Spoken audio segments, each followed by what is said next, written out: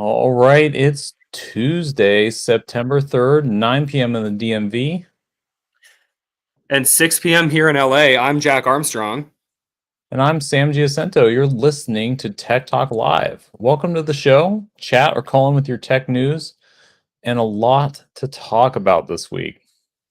Yeah, don't forget, DM us on our X. Always a great place. And on our website, you can also follow the podcast to view episodes from the past. We're at techtalklive.xyz. Yeah, check out our website. Yeah, and we got lots to talk about, Sam. What should we start with? Some juicy iPhone rumors, I would say. Well, I mean, we're coming up on this iPhone event, right? So in a mere days now, I think September 9th, if I'm yep, September 9th. So next Tuesday we'll have a full recap of, essentially all the rumors that came true. Some, some may not have, but at this point, I think really since the iPhone 10, we've had essentially everything leak in advance.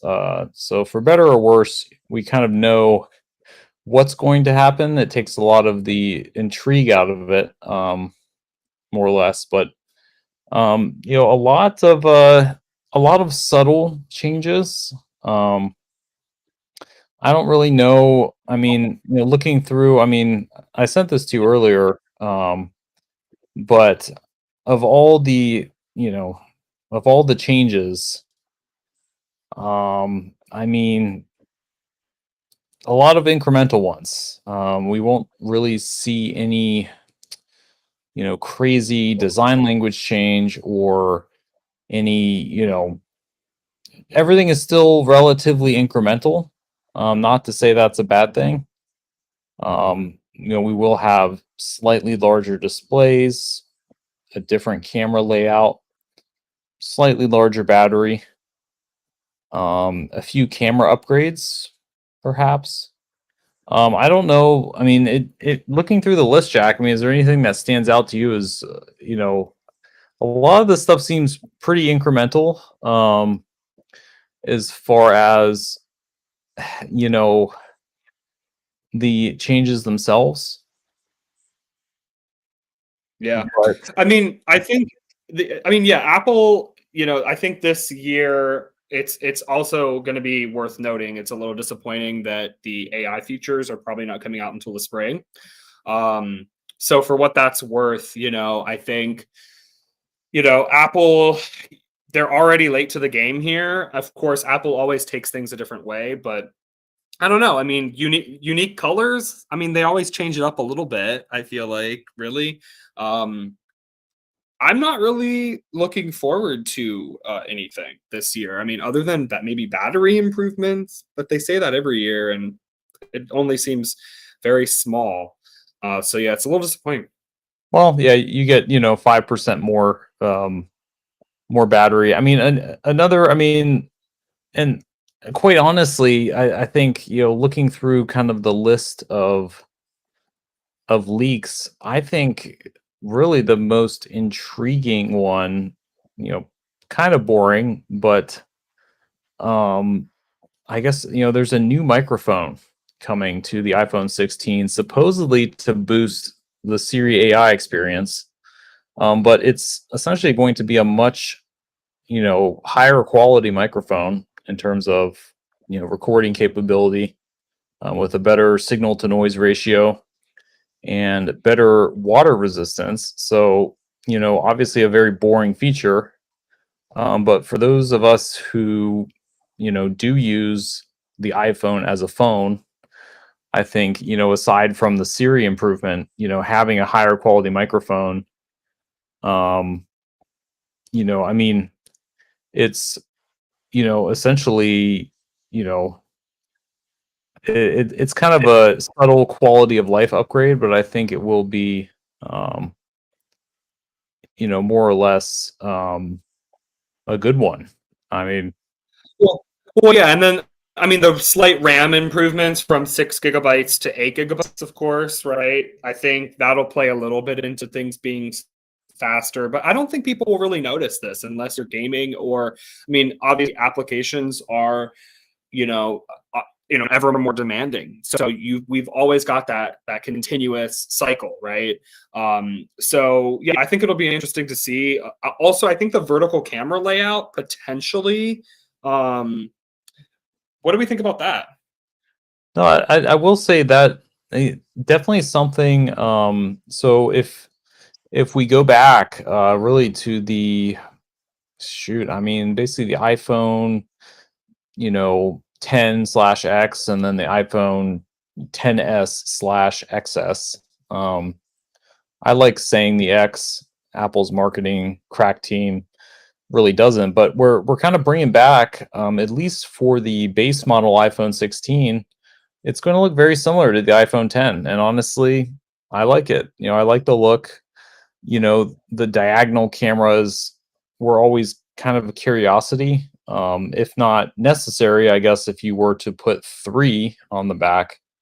But from a design standpoint, I do think the vertical layout, looks cleaner. I mean, it's, kind of a pill shaped design. Um, I mean, it's, in the last vertical layout, I guess, was the iPhone 12 non-Pro, before they started, basically all iPhones have this diagonal, um, the diagonal camera layout. But I think returning to the vertical, if it ain't broke, don't fix it, and that's, I think from a visual standpoint, and honestly, it's, it kind of, I mean, it fits too with, if you have the tri-camera layout, the pill becomes a little bit more elongated, and triangular. So I think it's a natural progression. I don't know why they go back and forth on this, truly. Well, do you know what? I have a theory here. So with the Vision Pro, of course, they are going to in the future want that stereoscopic vision. So they're going to want the ability to potentially have the cameras on the same field for stereo. Oh gosh.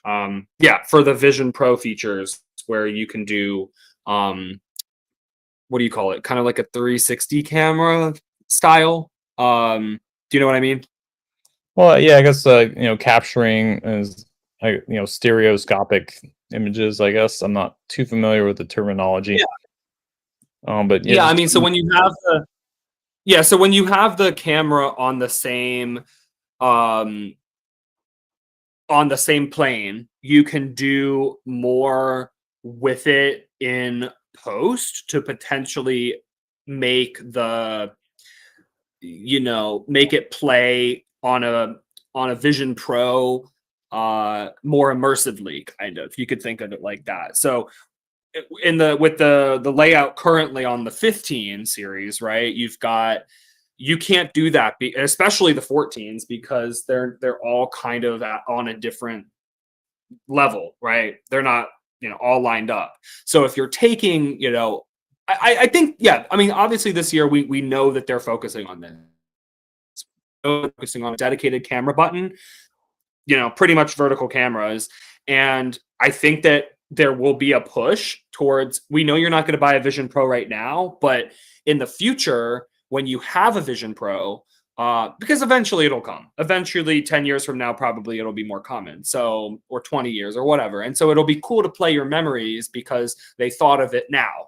And so yeah, I think it's kind of just thinking more about the future now. Like, sure, we're not living in headsets, we're not putting on headsets to play our memories back, but I think that this will be a stepping stone to get there. It'll probably be the first device.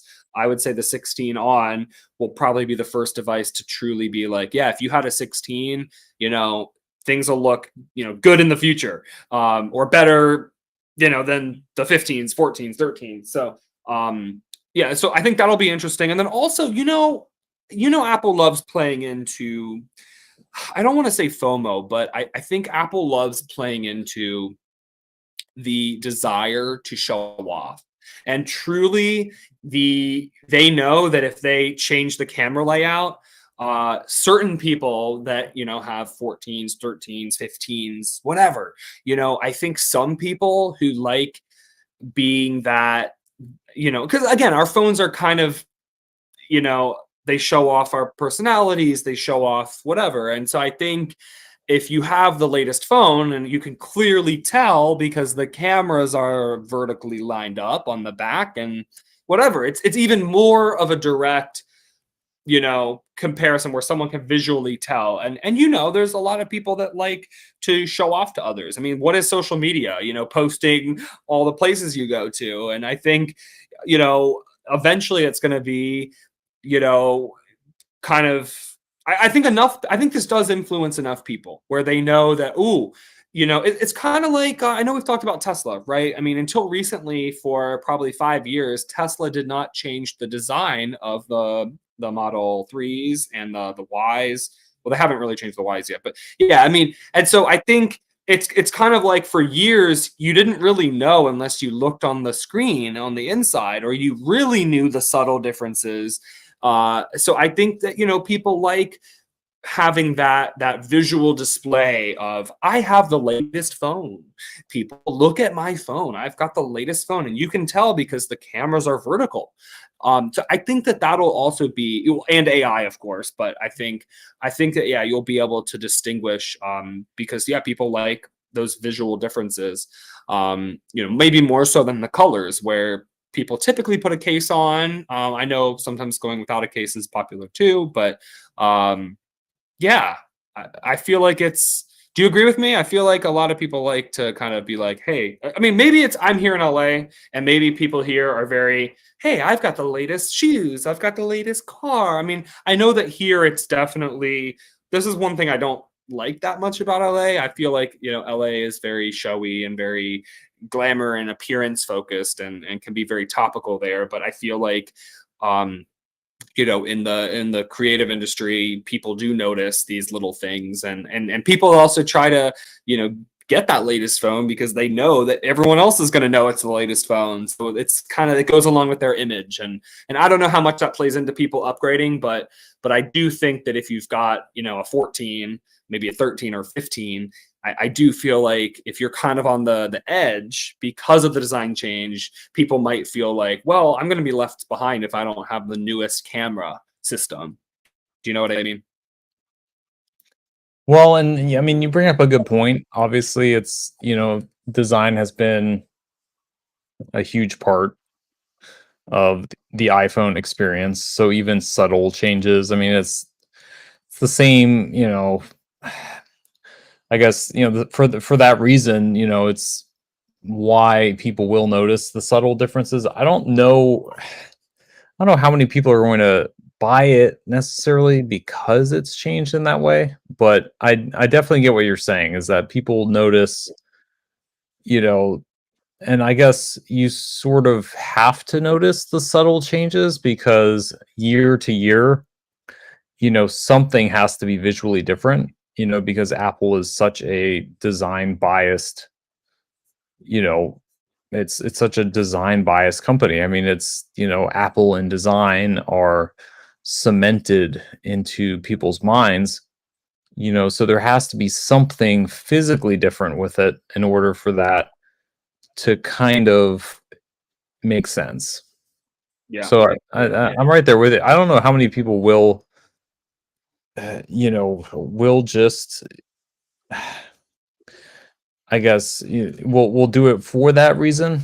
But I Well, mean, it's getting harder and yeah. harder to really, because again, like as you said, every year it's like, oh, thinner bezels.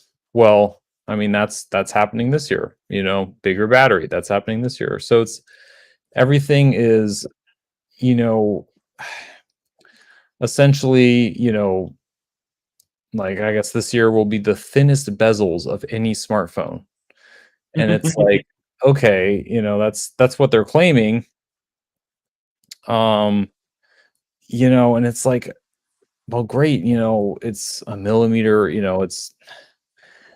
I mean, I don't know exactly how much smaller it's going to be, but I mean, we've been hearing about this for since the iPhone 10, really. I mean, it's, since the very first iteration of the front facing screen design, the bezels have gotten thinner every year.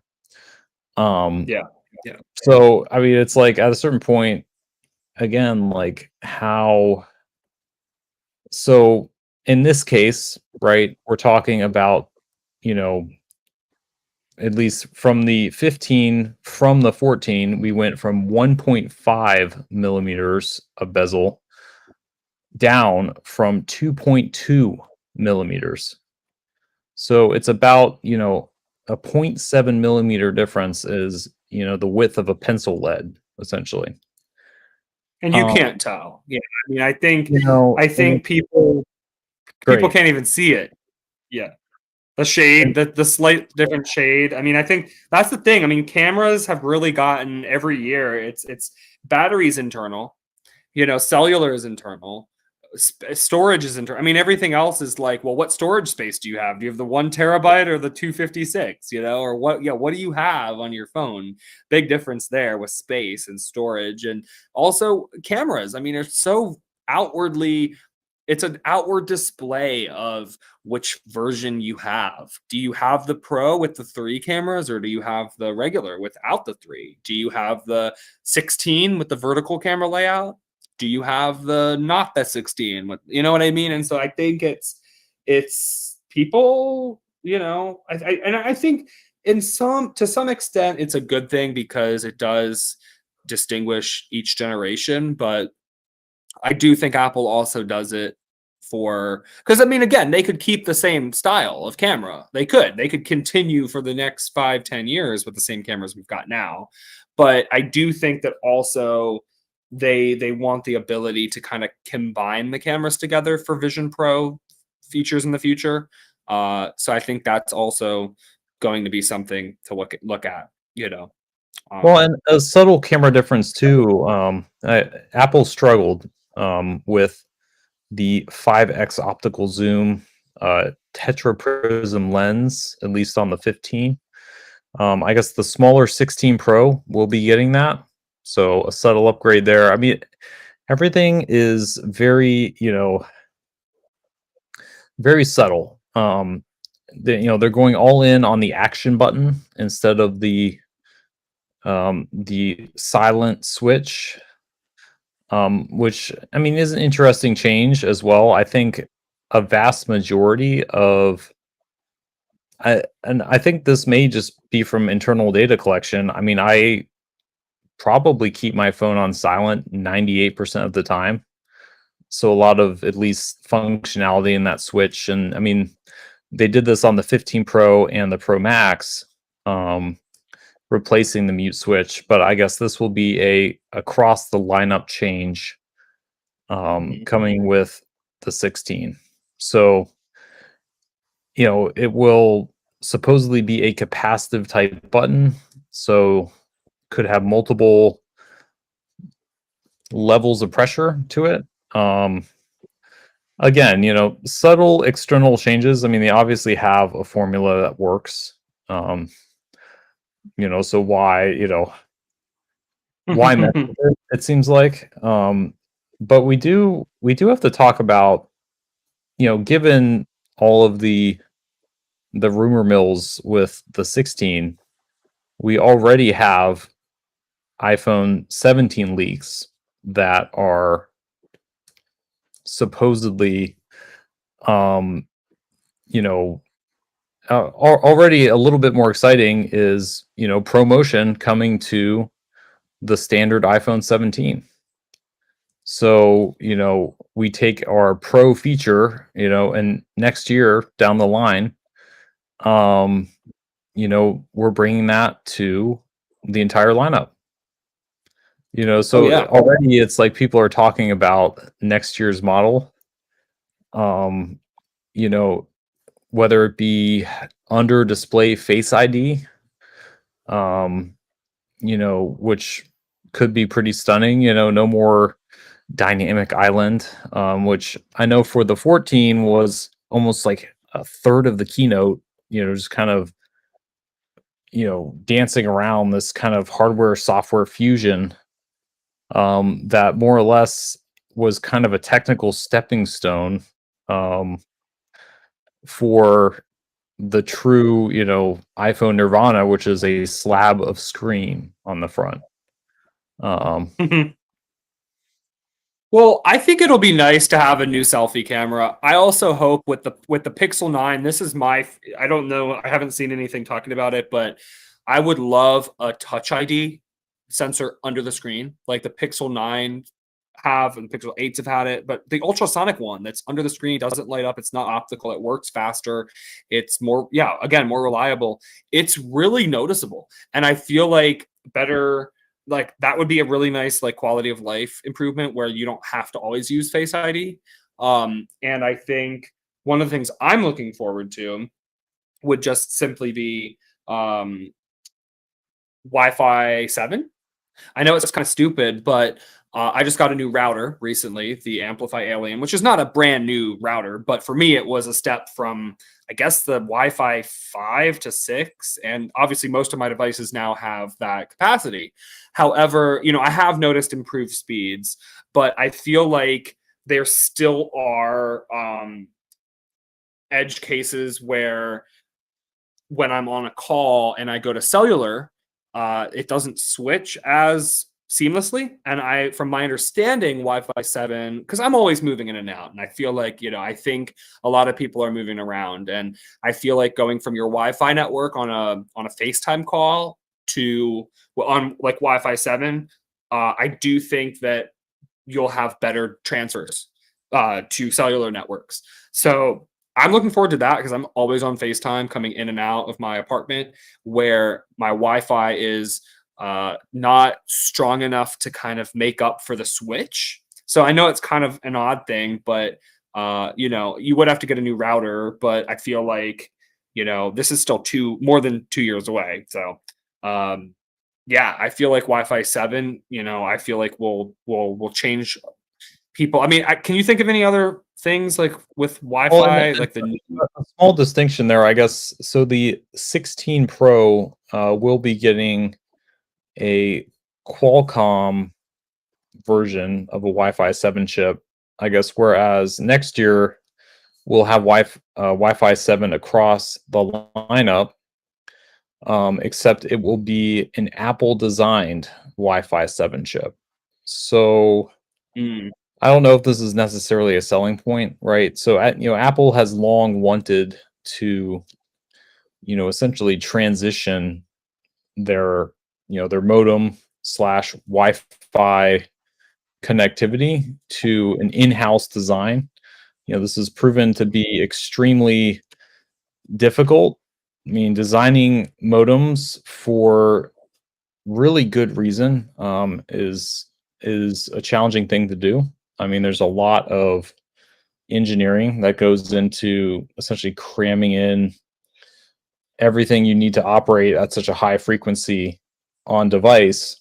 And this is, I mean, really been a thing since, Apple acquired Intel's cellular modem division after kind of several years of, I don't know, I don't know the last model specifically, but there was a time where, at least with the iPhone 10, some of them had Intel modems, some of them had Qualcomm modems. The Qualcomm ones were much faster and much more, stable at low signal strengths.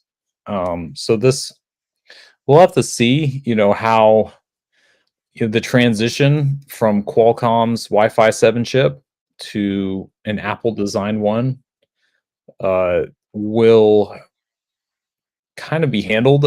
If and there's a very real possibility that there could be some growing pains there. But you bring oh, an for interesting point, with Wi-Fi 7 support, at least being limited to the Pro models this year, but cross lineup for the first time yeah.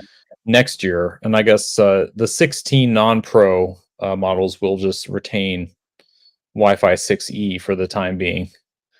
Um, whether Well, there's a tangible difference, I don't know. It's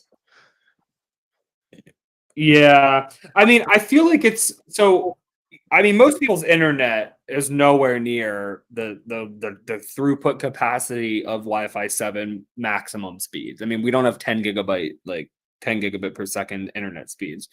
And I feel like at that point, it just becomes theoretically more reliable of a connection. I mean, why would someone really want to upgrade from Wi-Fi 6 to Wi-Fi 7? I mean, again, is it those situations where I mean, like, what are truly situations where you would notice, oh yeah, that's nice, where I'm not gonna where it's gonna be a faster switch from a cellular to a Wi-Fi and back and forth, right? Like that would make sense, right? So Well, I feel potentially like AirDrop. I don't know if you have two Wi-Fi 7 enabled devices in kind of an ad hoc configuration, right? You have your MacBook and iPhone. Perhaps, this could be, if you're transferring a 4K video, it could be, it could be that much faster. It could be a step closer to, a portless iPhone. sure. It's like, oh, we have, I think the theoretical maximum bandwidth of Wi-Fi 7 is, somewhere over 40 gigabit per second, which is a relatively, I mean, that's a pretty dang fast wireless solution, and honestly, could kind of be the last infinity stone in sort of creating a truly portless iPhone.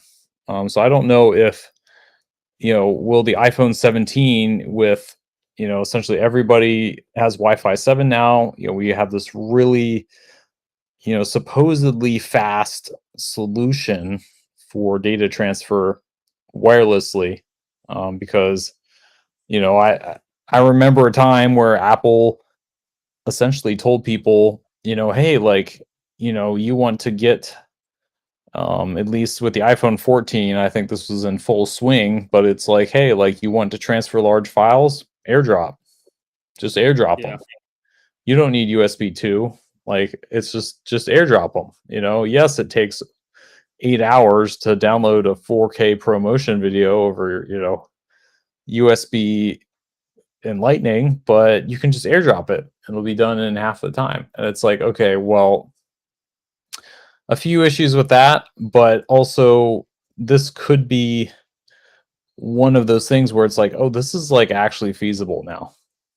Like this is Yeah. actually doable.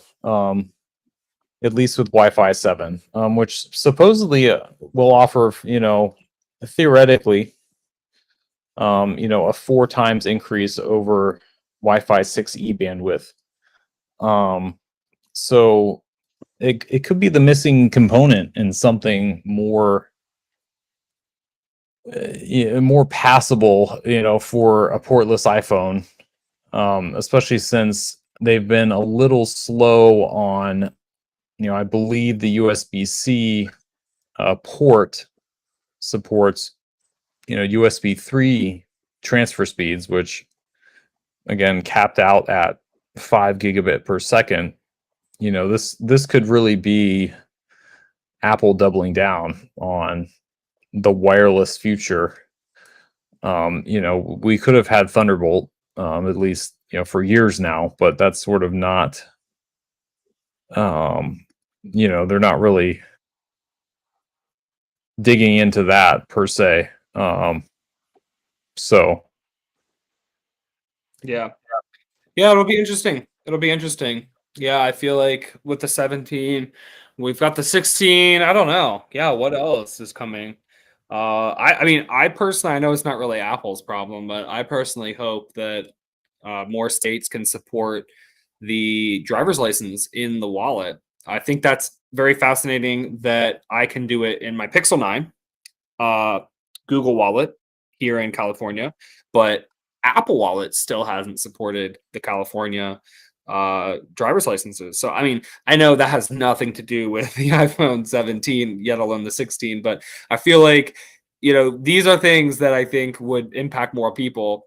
So hopefully states can move along and get the support going for people. no, it's curious that you mentioned that, especially the difference. Um, Yeah, I guess the difference between, digital licenses, license across device. I didn't realize that the Pixel supported, certain, really certain IDs, I guess. So California, I guess, more or less supports Google Wallet, but not Apple Wallet, which I think is a little Yeah, interesting. this is since last week. Yeah, since last week. But yeah, I think it's interesting, with the Pixel 9's coming out. And I mean Apple Wallet, I would prefer it to be an Apple Wallet since the iPhone is more of my primary phone. However, going in the Google Wallet, it's a nice little feature. I think it'd be nice if they could prioritize this a little bit more. That's just my opinion.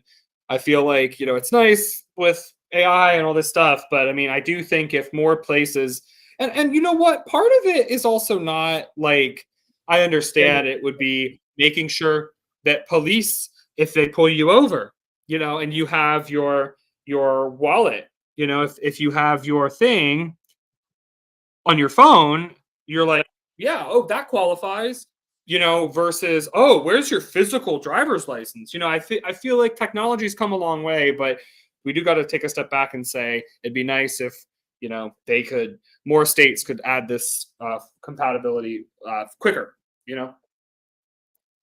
And they say Apple Wallet support is coming soon, whatever that means. Yeah, You know, they've said that for like soon is 2 years. soon's a relative term, right? Yeah, they've been saying that. I don't think it really means anything, but we'll see. Um, Well, hey, we got to get to our next story. I think you've been excited to hear about this.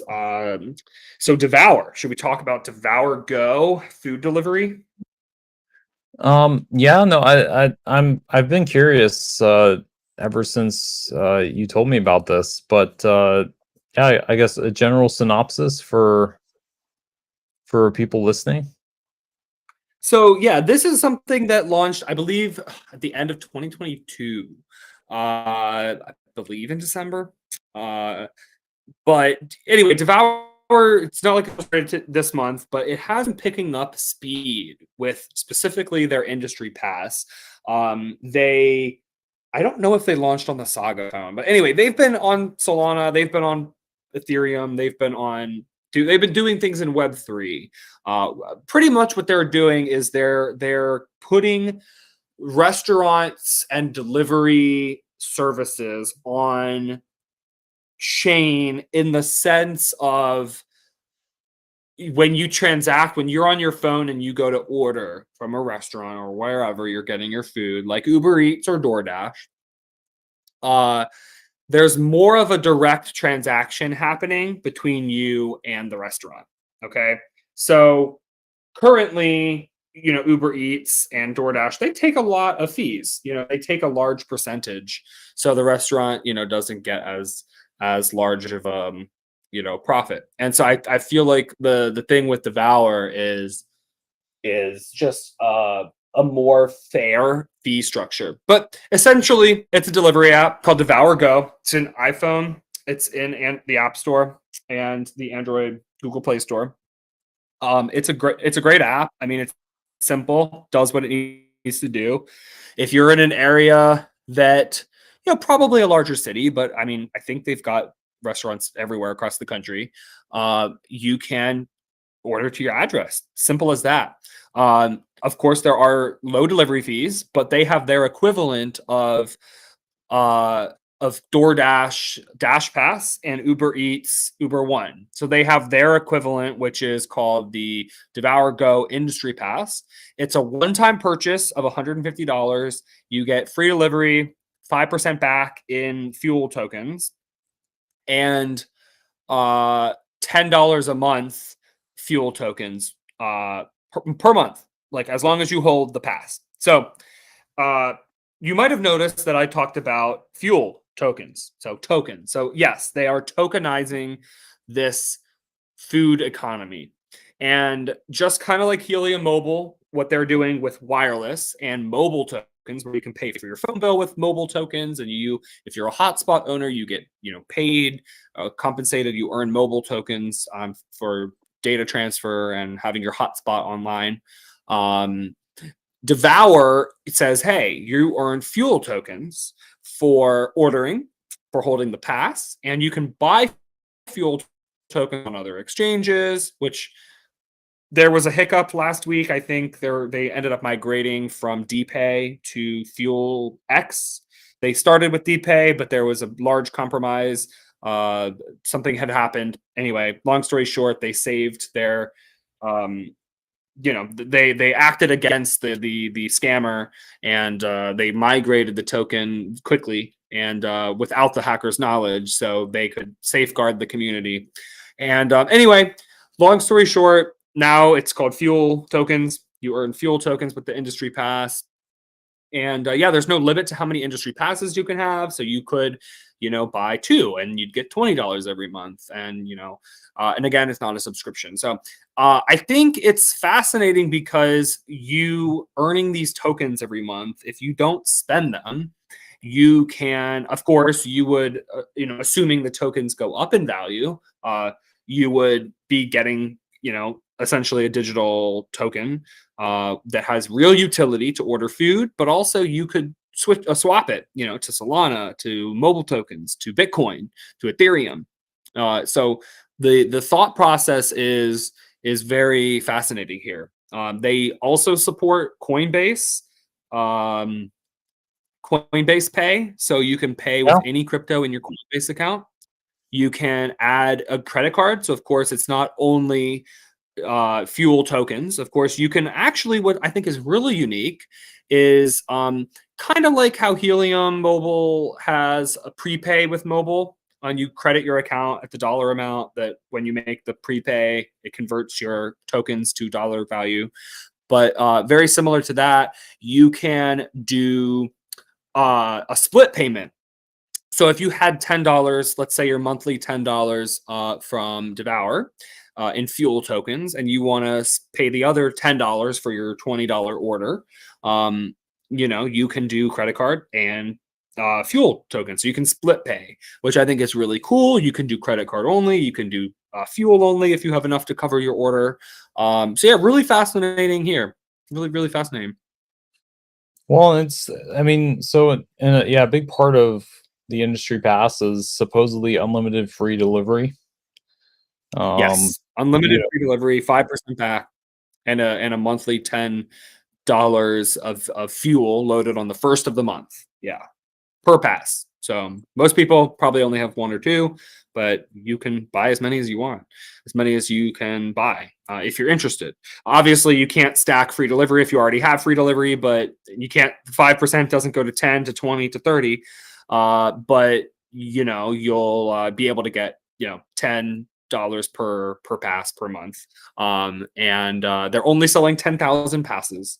So yeah, it's an interesting offer. I mean, I feel like most people have $150, where they would be fine buying something and maybe canceling. I mean, look, if you were going to pay for DoorDash Dash Pass again, right? $99, you might want to give Devour a try. You pay $150 for an industry pass, but you're going to get $10 next month, and you're going to get $10 a month after that, and $10 a month after that. So you're actually going to end up paying less than if you were to keep DoorDash, because DoorDash doesn't give you a monthly credit. They just give you free delivery. So I think it works out to what, 99 divided by 12, about $8 a month. So, yes, you get free delivery, but you don't get, any credits, or you don't get, I don't believe you get 5% back with Dash Pass. Maybe that's a benefit. Let me check. But yeah, so the Devour Industry Pass, very, very interesting while they're still available. And also Devour is all about like gaming and, loyalty and leveling up. So you actually have a level, and every time, one more thing, actually. So yeah, you have a level, and when you pay with fuel, you actually get an additional 5%.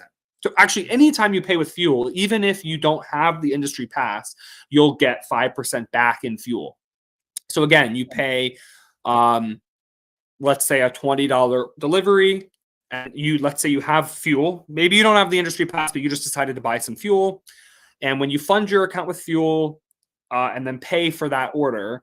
Even if you don't hold an industry pass, you'll get 5% back just for paying in fuel. So that's kind of nice. You know, if you're paying in the token, you get 5% back, which would be $1 if your total is $20. So, and then again, if you held the industry pass, you also get 5%, an additional 5%. So you'd get another $1. So right there, that could cover some of the tip.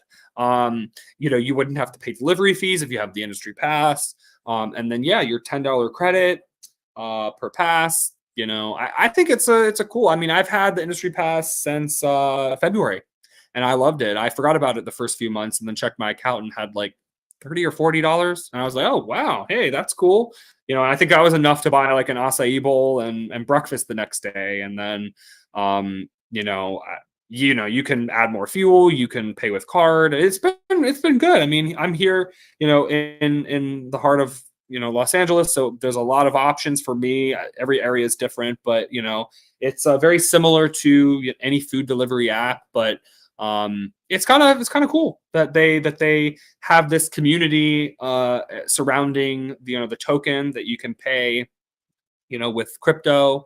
And you know, I think the most important thing to notice is that the restaurants are earning more. So when you pay with Devour, you're actually supporting restaurants more. Well, You know, and I this was didn't built. ask Yeah, that. I guess have you had the chance to talk to any business owner who accepts, um, you know, who Devour. accepts Devour, and how has their experience been with it? I guess. I mean, I have not. I really haven't. I have no oh, idea how their experience. I'm just honestly Yeah, curious. I Yeah, mean, 'cause as a business owner, right? You know, I almost want to, you know, yeah, cosplay as a restaurant just to see, you know, what is the structure? You know, what is the, well, you know, oh yeah. uh, Well, look, I know that they build technology. They build really innovative restaurant technology, and Devour integrates with their system. So you know, I'm not an expert in the restaurant industry, but apparently there are aggregators that take orders from different places. So you can have your point of sale system in your restaurant that takes orders from Uber, DoorDash, and you know there are other delivery apps like what's that other one that's like DoorDash? Caviar. You can get there's a few different delivery apps. It's not just DoorDash, but yeah, Devour integrates with this platform. So I don't think it really matters actually to the restaurant. I think they just see an order. Now on the back end, when they actually get paid for that order, I think they get, you know, maybe 5% more or maybe 3% more. I mean, any percent more is better because, you know, Uber's taking what 10-15%. I don't know what the standard rate is. You know, I mean, some restaurants I'm sure negotiate different rates, but yeah, so I feel like it's any percent more, you know, a few percent, 5%, you know, whatever percent. I think it adds up, you know, and in the end, I don't think, you know, I feel like I feel like it'll be down the road even more lucrative, you know, because this crypto enables direct payments that settle faster. And yeah, and it's fascinating. And you know, it will be interesting to note as well. So this is my hypothesis. So we have I think, let me check right now, like 5,900 something industry passes, 913. Okay, industry passes. So they're about, what is that, 41% sold? Did I do the math right? Yeah. So yeah, we're yeah. almost halfway. We're almost half sold. So I think it'll be interesting because I believe by probably about 9 months, 9 more months, I would anticipate them to be done. They are selling, you know, like a few dozen a day. So, you know, you can do the math and, you know, 5,000 more left, but you know, some people buy multiple. So anyway, I have a feeling that after this, obviously they're not going to be doing more lifetime passes. They probably will transition to a subscription, and it'll probably be $150 a year. But you get again an additional 5% off back. You get free delivery, and you know you get the $10 uh, monthly, which is better than DoorDash, better than Uber Eats, and um, you end up paying $30 a year for delivery, and you get, if you pay in fuel, you get 10% back with an industry pass. So yeah, it'll be interesting to see how this evolves after they sell their passes and they add more and more customers, more and more restaurants. I think groceries are coming soon. So that actually interests me because I think it'd be really cool to use this pass and great, you got some money towards groceries and you don't have to order from a restaurant if you don't want to. You can still get grocery delivery. So I think that's kind of cool. And of course, Uber Eats, DoorDash, they have groceries. So yeah, it's really cool to see on chain with crypto that has utility. A token here that has utility to order food that then restaurants can accept as payment, and they earn more. They earn a higher percentage as a result compared to DoorDash and Uber Eats. So it's a great way to work things out. And I will say, not that it really affects the customer experience, but Devour is not building out their network of drivers at the moment. I don't think they plan to. They use existing logistics providers like Uber Eats and DoorDash. So the drivers for these platforms are getting more orders. However, it's not going, the pickup and the payment is not being handled by DoorDash and Uber Eats. It's just, as a logistics partner, they're utilizing that. I do believe there are plans of Teleport, of course, is going to be launching in more states soon, and that is a crypto on Solana that is like Uber and Lyft. So I do believe in the future there are plans to potentially have some of the Teleport drivers with the option to pick up delivery orders. Probably, Devour could partner with Teleport again as an additional delivery provider. So yeah, it's fascinating. It's very, very fascinating. I feel like to see real utility coming to crypto and enabling a fun experience for users, to play games, who like, ordering, with a crypto, like paying maybe with a crypto, and supporting restaurants all at the same time, and the restaurants earn a higher percentage.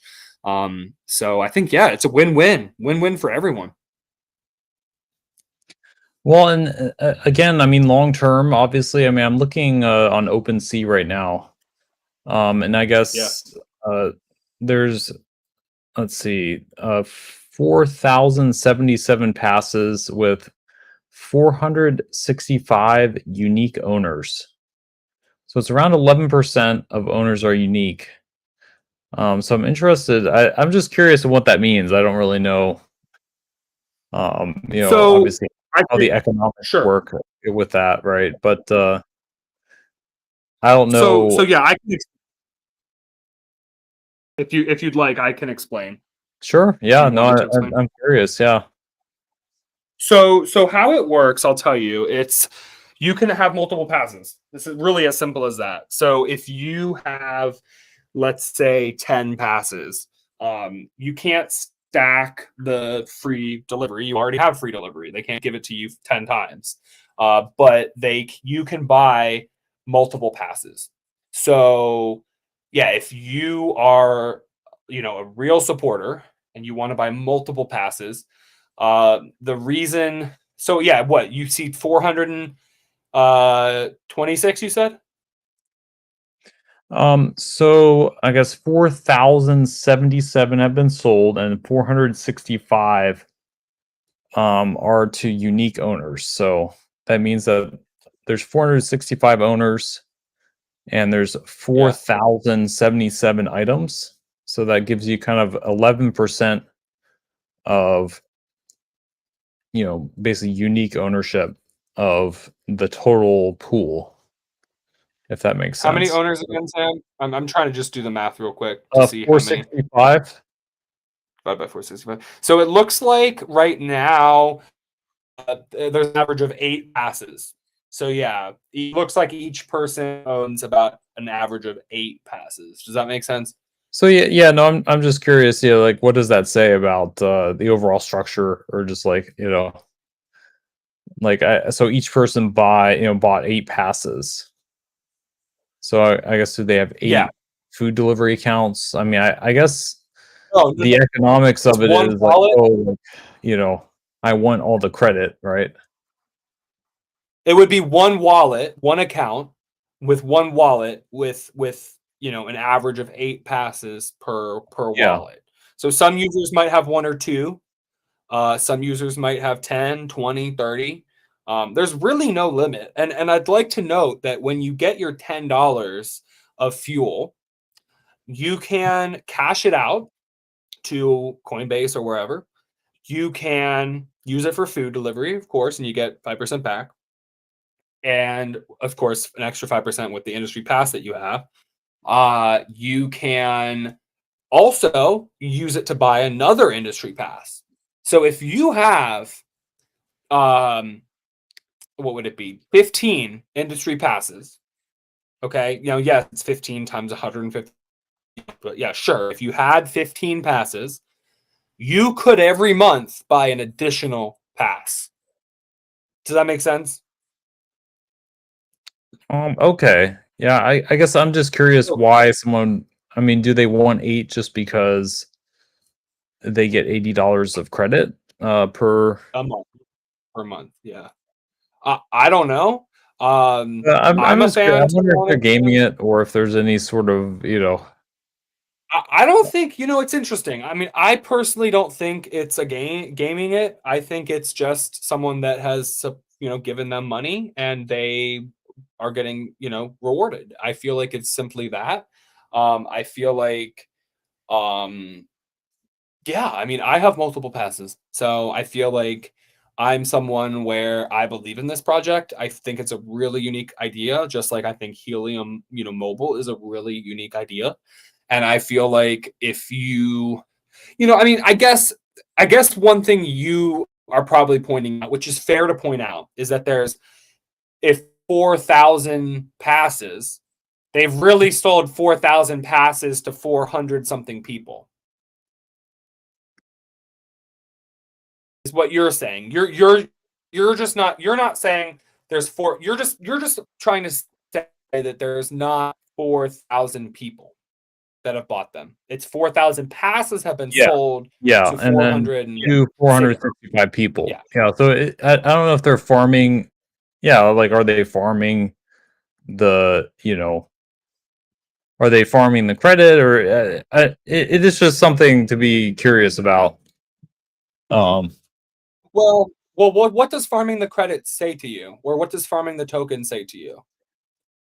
well, I mean, I don't know if it's people have done the math and it just seems advantageous to buy, and Sure. buy I 8 mean, of them, or I I get, feel like maybe, right? Well, I feel like if you believe in the project, while this offer is still available, and if you believe, they're going to be around for at least 15 months, because that would be your break even, right? Well, I mean, I guess your break even might be a little earlier if you use it for food and you genuinely would order a lot, right? I feel like assuming you believe it's going to be around for that period of time, I feel like you can't really go wrong, right? Because you're getting a guaranteed return every month in credit, right? And so, look, everyone has to eat, right? Everyone has to eat. So, um, to some extent, you would be spending money on food anyway, right? You see what I mean? That makes sense. Yeah, I guess, they did the math right, and it's like, oh, I go out to eat, enough to essentially spend $1,000 on eating. That may be the logic, right? Yeah. It's like, well, if I spend $1,000 every 3 months, I might as well just, buy or 8 passes. Um, Exactly, because you're not missing out at that um, point. You're yeah. so Or not. That's a bad way to say it. Not that you're missing out, but you're yeah, no, exactly. I feel like just if there's no loss to you because you're already ordering food, and some people do order a lot of food. If you truly order, a lot of food and you believe in this, you might buy a few passes and then a few months later buy a few more and then a few months later buy a few more. I mean, when you're getting credit every month for every pass that you have, look, I mean, I think there's a limit. Like, how much do you need every month? Is this your 100% of your food money or what? Do you really like the community or do you really think that this thing's going to blow up in the future? I think honestly, there's not really a significant advantage to buying, 100 passes. That's $15,000. I mean, yeah, sure, you're going to get $15,000 of credit. You're going to get $1,000 a month if you had 100 passes, but you'll break even in 15 months. But I mean, is that a good way to spend your $15,000 today? I mean, I don't know. You definitely will, assuming that they still are around. You will make money every month in credits that I guess you can order food with, groceries with. Maybe transfer or trade to another crypto. You could farm it in a liquidity pool, stake it. There's things you can do. So I feel like it's just making demand for the token, and I kind of feel like you're like an investor. You're like a micro investor.